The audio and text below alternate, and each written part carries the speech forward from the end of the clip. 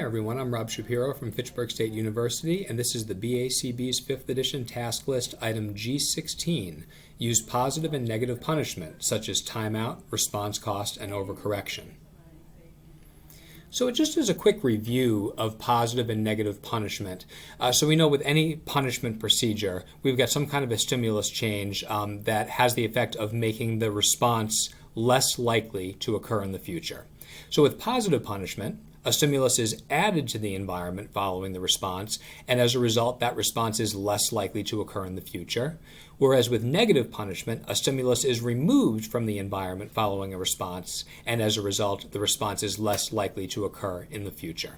So just as a reminder, when we use positive and negative, it's about the addition of a stimulus or the removal of a stimulus immediately following a response that then has the effect of decreasing that response in the future. There are a number of factors that impact the effectiveness of punishment that we want to consider if we're looking to implement a punishment procedure. The first one is immediacy. So the sooner after the target response that the stimulus change occurs, the more effective it's going to be. Secondly, the intensity of the punishing stimulus. The more intense the punisher, the more effective. Obviously, we need to be careful with that, right? Because we want to make sure that we're behaving in an ethical manner. But that being said, in general, the more intense the stimulus is, the more effective it's going to be. A third factor impacting the effectiveness of punishment is the schedule and the consistency. So the more consistently the punisher is delivered, the more effective it's going to be. So this can speak to both planned consistency in terms of a fixed schedule of punishment so punishment is delivered for every instance of the behavior that's targeted for decrease. But from the consistency side of things, we can just think about this from a treatment integrity standpoint. The more consistently we apply the intervention, the more effective it's going to be. And then the final factor impacting the effectiveness of punishment is actually reinforcement. So we can think about reinforcement for the target behavior. So if the target behavior that we are attempting to reduce with the punishment procedure is continuing to be reinforced, it's going to make our procedure less effective. Now on the flip side, if there's reinforcement that's being made available for alternative behaviors that serve the same function, the more those alternative behaviors are reinforced, the more effective punishment for our target behavior is going to be. Essentially, we've got a situation where the learner has a different avenue to gain reinforcement, and so there's less of a premium on engaging in the response that's being met with a punishment procedure. Now, there are a number of possible side effects of a punishment procedure that we want to consider when we're debating whether we are interested in using a punishment procedure or whether it's the most appropriate procedure to use. So we have to be aware that anytime we implement a punishment procedure, there's the possibility for emotional or aggressive reactions, especially if what we're doing is delivering any kind of aversive stimulation. So just in general, it's not uncommon for any punishment procedure to be met with an emotional reaction or an aggressive reaction as the individual seeks to avoid that situation. But in particular, if we're dealing with the delivery of aversive stimulation, we might actually have a respondent paradigm going on there, where the individual automatically has behavior that is elicited that tends to be paired with strong emotions or possibly even an aggressive reaction. A second possible side effect of punishment could be escape or avoidance. Essentially, we can have a situation where either the person that's delivering the punishment or the environment where the punishment is being administered comes to function as a reflexive condition motivating operation. So essentially, it's paired with a worsening set of circumstances, and as a result, it pairs its own removal or occasions its own removal as reinforcing. So we can have a situation where the learner is actively avoiding the environment or the person that's delivering punishment even before subsequent instances of punishment are administered. A third possible side effect is behavioral contrast, which would be an increase in problem behavior in other contexts. So if we're punishing a response in one context or in one environment and we're not teaching any replacement behavior, we can actually have a situation where we see more problem behavior in other contexts where the behavior is not being punished. A fourth possible side effect is the modeling of undesired behavior. We may have the delivery of an aversive stimulus or the removal of an appetitive stimulus that's actually similar to problem behavior. If we're administering an aversive, that can look a lot like behavior that we wouldn't want to see out of our learners. Doing something that's aversive to someone else, or if we're removing something that's desired from someone, likewise, that can look similar to a behavior we wouldn't want to see out of our learners. And we have to be aware of the possibility that we might be modeling behavior for our learners that we wouldn't want to see. And then one final possible side effect of punishment is referred to as negative reinforcement of the punishing agent's behavior. And this may lead to overuse of punishment due to environmental improvement for the person implementing the procedure. So if we think about this, if we've got someone that's engaging in some kind of response that we wouldn't want them to engage in, right? That's likely the kind of response that we might target through a punishment procedure. Well, we put our punishment procedure in place and it's immediately followed by a cessation of that negative behavior. Well, what we've got is a situation where there is for the person administering the procedure, there's some kind of an aversive stimulus in place, right? That behavior the person's engaging in. We implement our punishment procedure and that aversive stimulus goes away. The person stops engaging in the problem behavior. Well, that implementation of punishment is going to be negatively reinforced for the person implementing the procedure. Okay, and as a result, it may make us over-reliant on punishment. It may make us more likely to implement punishment in the future because in the past it's been negatively reinforced. So as long as we're taking into consideration possible side effects of punishment and things that we need to be aware of related to it, we can start to dive into what some of these positive punishment interventions might look like. And these can include things as simple as a verbal reprimand, which is just the delivery of verbal censure. It's interesting to think about this because very often we might think about, or in general, people might not think about a reprimand as punishment. But really, that's if it works, that's what's going on here. We've got the delivery of some kind of verbal feedback about someone's behavior immediately following the behavior that results in a decrease in that behavior in the future. That's the very definition of positive punishment. So a reprimand is an example of positive punishment. We can also look at response blocking as a method of positive punishment. If we're physically intervening to stop the response from occurring, obviously that physical response blocking stops responding in the moment, but that's not really what it is about it that makes it positive punishment. What's also likely to happen is that if it stops the behavior in the long term, then that physical intervention, we're adding physically intervening into the environment. And if in the future it makes that response happen less, again, we've got positive punishment. So response blocking is also a form of positive punishment. A third that's a variation of response blocking is called response interruption and redirection, sometimes abbreviated RIRD.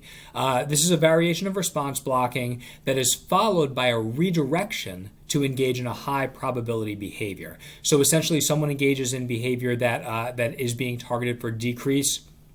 There's an immediate blocking of that response so that that response stops, and then there's a prompt to engage in some other behavior.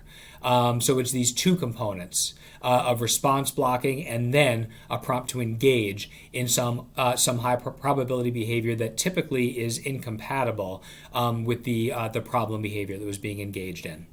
And then a fourth possibility for a positive punishment intervention is contingent exercise, which would be requiring the learner to engage in some physical effort not related to the topography or function of the problem behavior. We can think of it as contingent exercise, or sometimes just called contingent effort, where it's basically a situation where someone engages in some response that is undesired, and there's an immediate prompt to engage in some kind of effortful response as a result. So that prompt to engage in the effortful response is added to the environment, and if in the future that reduces behavior. The one that gets commonly thought of here is that if you've got a gym teacher or a coach and someone's engaging in some behavior that's not desired during gym class or on the practice field, and the teacher or the coach tells that player to go take a lap, right? This is an example of a contingent exercise procedure that's being implemented. It's probably obviously not being done with that formally in mind, and there's probably not data collection going on, which makes it particularly problematic. But at its heart, that's the intervention that's being applied there. And then finally, there's a positive punishment intervention that's referred to as overcorrection. And in overcorrection, the learner is required to perform a response that is directly or logically related to the problem behavior, and it exceeds the effort that's involved in engaging in the problem behavior. So we can think of overcorrection as being somewhat similar to contingent effort, except that where contingent effort was unrelated to the behavior that happened, with overcorrection, there is a direct or logical relationship between the problem behavior and the response that the learner is expected to engage in. There are two different kinds of overcorrection. The first is called restitutional overcorrection, and the second is positive practice overcorrection. With restitutional overcorrection, the environment has to be restored to its prior state and then further restored to a better condition than it was prior to the behavior being engaged in. Okay? Whereas positive practice overcorrection is where the learner has to repeatedly perform the correct behavior, whatever the alternative to the behavior that was targeted for punishment. So if we think about an example that sort of compares and contrasts restitutional overcorrection versus positive practice overcorrection. Let's say that you have a student in a classroom and they are drawing or writing on their desk, essentially engaging in graffiti on their desk. Okay, and there's a desire on the part of the educator to implement an overcorrection procedure for that. If the teacher were looking to implement a restitutional overcorrection procedure, it would involve having that student wash off that desk that they were drawing on, but then also wash off all the other desks in the classroom. Okay, so it's not just restoring the environment to how it was, which would have been just washing off their own desk, but it's restoring the entire environment to a better condition, which is washing off all of the other desks. Whereas if that teacher were looking to implement a positive practice overcorrection procedure, and again, the behavior in this case was writing on the desk, the positive practice overcorrection might be having the student take out a piece of paper and be able to write what they were writing on the desk, but multiple times, doing it repeatedly, way more than how many times they did it on the desk. So that's, practicing what the correct behavior would have been in that situation. And again, both of these are positive punishment interventions because we're introducing a stimulus change. It's essentially contingent effort that is directly or logically related to the problem behavior, with the objective of decreasing that problem behavior in the future. So those are our positive punishment interventions. Moving over to some possibilities for negative punishment interventions, we essentially have timeout and response costs. Timeout involves the temporary removal of access to a reinforcer or to the reinforcing environment following a response. It's important to remember that timeout is an intervention. It's not a place. Sometimes we think about timeout as being a place that students have to go to. That's really not what it's about. Timeout is about removing access to a reinforcer or to the reinforcing environment following a response. Sometimes that might take place in a timeout room, which is where the confusion of thinking about timeout as a place sometimes comes in, but that's not what it is. And it's important to remember, and this is really critical, for timeout to be effective, the time in environment has to be enriched or reinforcing. So if we think about this, if we have a teacher who is removing a student to a timeout room with the hope of decreasing that student's interfering behavior in the future, well, if the time in environment isn't reinforcing, it's not going to work, okay? So if the student doesn't want to be in class in the first place, if the classroom is not reinforcing, if it's aversive, then no amount of timeout is going to work, okay? Because there's nothing reinforcing that's being removed from that student. That student isn't losing access to anything, so it's not going to be effective. So again, timeout is that temporary removal of access to a reinforcer or a reinforcing environment following a response. Response cost, our other negative punishment intervention, involves the response contingent loss of a specific number of positive reinforcers. So we can almost think about this as a fine for misbehavior. So someone engages in something, some problem behavior, and as a result, they lose a specific amount of some kind of a positive reinforcer that would otherwise be available. There are a number of different variations of timeout procedures. They can be thought of as exclusion timeout and non-exclusion timeout. So targeting non-exclusion timeout first, this is where the participant remains within the time-in environment, but elements of the setting are changed to remove reinforcement or remove access to it. So we can think about one variation of timeout being planned ignoring, where the opportunity to earn social reinforcers is removed, okay? It's important to note this is different from what we might think about an extinction planned ignoring, where attention wasn't being provided and it's still not being provided. In this case, as a non-exclusion timeout procedure, the learner was getting attention, and contingent on engaging in the behavior, that attention is now removed. It's withdrawn. Okay, I was giving you attention. Now I'm ignoring you. Now I'm not providing that attention. That's an example of a non-exclusion timeout procedure. We can also have a variation of non-exclusion timeout that is terminating specific reinforcer contact, where the activity or social reinforcer that the person was engaging in is immediately removed. So maybe they were engaging in some kind of a trade-in behavior or their activity. They were doing something that they enjoy doing, and as a result of engaging in problem behavior, that activity is removed. That's another variation of non-exclusion timeout. We could also have contingent observation. This is where the person is repositioned so they can observe reinforcement being delivered but not receive it. If we go back to our gym teacher when we were talking about the contingent effort, this is another one that's not uncommon to see used in a physical education class. So if there's someone that's getting too rambunctious or is misbehaving during gym class, it's not unusual to see a teacher that says to that student, "You need to go sit on the bleachers." Okay, the person is still in the time and environment. They're still present, watching all of their friends having fun, engage in physical activity or playtime. They can observe it, but they can't participate in it. That's contingent observation. And then a final example of non-exclusion timeout is a partition or select space timeout, which is where the person remains in the time-in setting, but their view within the setting is restricted. So they may need to go into a study carrel, or there may be a partition that's put up in front of them. So they're still in the environment, but they're not able to access ongoing reinforcing activities in the environment. These are all variations of non-exclusion timeout. And we contrast this with exclusion timeout, where the participant is physically separated from the time-in environment. And this can occur in one of two ways. The participant can actually be physically removed from the time-in setting to a timeout room or other location. It can even be the hallway potentially. Or we can have a situation where the time-in setting is removed from the participant, which can involve the removal of others from the time-in environment. But essentially, we've got a situation where there is this physical separation.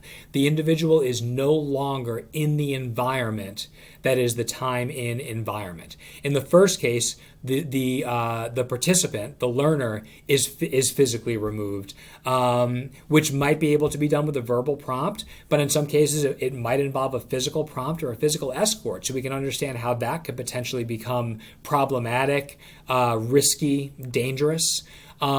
Which is why in some circumstances we may remove the time-in setting from the participant.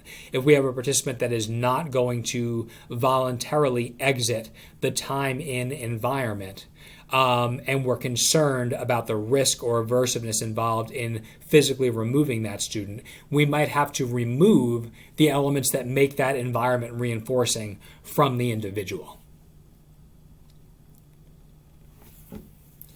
Moving on to response costs, which is our other example of a negative punishment procedure.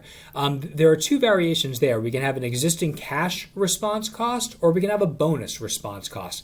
They're similar, and where they differ has to do with what's being provided in terms of reinforcement. With an existing cash response cost, the individual loses a set number of reinforcers from a supply of currently available reinforcers. So we can look at this as the learner has what they would typically have, and some amount of it is taken away based on problem behavior.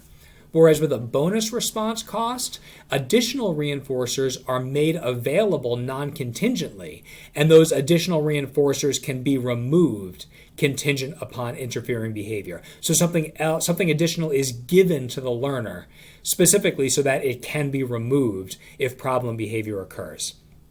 So if we think about two ways that we might see this be implemented, let's say that we have a situation where a student has 15 minutes of playtime, recess time.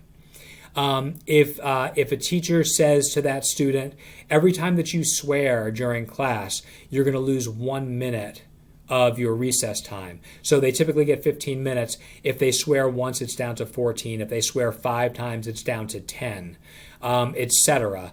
That would be an example of an existing cash response cost. The existing cash is the 15 minutes of recess time that the student just has, and then some of that time is removed. If the teacher wanted to do that as a bonus response cost, they might say, okay, well, you typically have a 15-minute recess block. We're going to add on 5 minutes, so you can have up to 20 minutes of recess time. But for each time you swear, one of those extra 5 minutes will be taken away. So if the student swears once during class, they only get 19 minutes. If they swear 2 times, they get 18 minutes. If they swear 5 times, they're down to the original 15 minutes of recess. So in situations where we're concerned about the ethics, and honestly, taking away recess time is one of those situations where we might be concerned with ethics, that if everybody else is getting it, is it really ethical to take time away from one student based on their behavior? If we're concerned about the ethics of doing that, we might want to lean towards a bonus response cost where we're building in something extra that student can have, and that's what we can draw from if the student is engaging in behavior that we're looking to target for decrease. And just finally, anytime we're talking about punishment, it's been brought up a couple of times, just thinking about the ethics of it, it's really important to consider ethics in all cases, but in particular when we're contemplating the use of a punishment procedure. And the first thing we need to think about is the right to safe and humane treatment. So any procedure that we're going to implement has to be safe and humane in order to be implemented. There are lots of punishment procedures. In particular, thinking about the application of an aversive stimulus that would probably be very effective in reducing behavior. But we need to really think about whether those things are safe and humane. There is research out there about the use of contingent electric stimulation, contingent electric shock, as a means of decreasing interfering behavior. And we would need to really think about, is this a safe and humane thing to be doing? It would be the same logic for the use of any kind of corporal punishment. Is this really a safe and humane intervention to be implementing? Is it going to be effective to reduce problem behavior? Yeah, it probably is. There's a long history to suggest that contingent aversive stimulation can be very effective, but that doesn't mean that it's appropriate. So we really need to think about that. Going along with the right to safe and humane treatment, we need to think about the least restrictive alternative. So in general, the least intrusive intervention deemed to be effective should be implemented, and less restrictive interventions should be ruled out before we progress to more restrictive ones. So again, just because a punishment procedure might be effective, that doesn't mean that we should use it. We need to consider interventions that are less intrusive before we move on to more intrusive ones, including things like punishment. And now both of these, the right to safe and humane treatment as well as the least restrictive alternative, we have to balance this with the right to effective treatment. sometimes punishment may be necessary to improve behavior, and not improving behavior may not be ethical. Let's say that we've got someone who's engaging in some really problematic behavior that might potentially be opening them up to causing themselves severe and permanent physical harm. Maybe someone's engaging in interfering behavior that is going to open them up to legal trouble. Or maybe not as severe as the two of those, but still damaging. Maybe someone's engaging in interfering behavior that's going to open them up to social stigma and is going to impact their ability to form peer relationships. And now let's say that we don't have another effective procedure that has been able to decrease those behaviors, or not one that's going to do it quickly enough in the case of someone that's engaging in behavior that has the potential to cause themselves serious physical harm. In those cases, we might actually have an ethical imperative to use punishment, because just allowing the behavior to persist may not be ethical.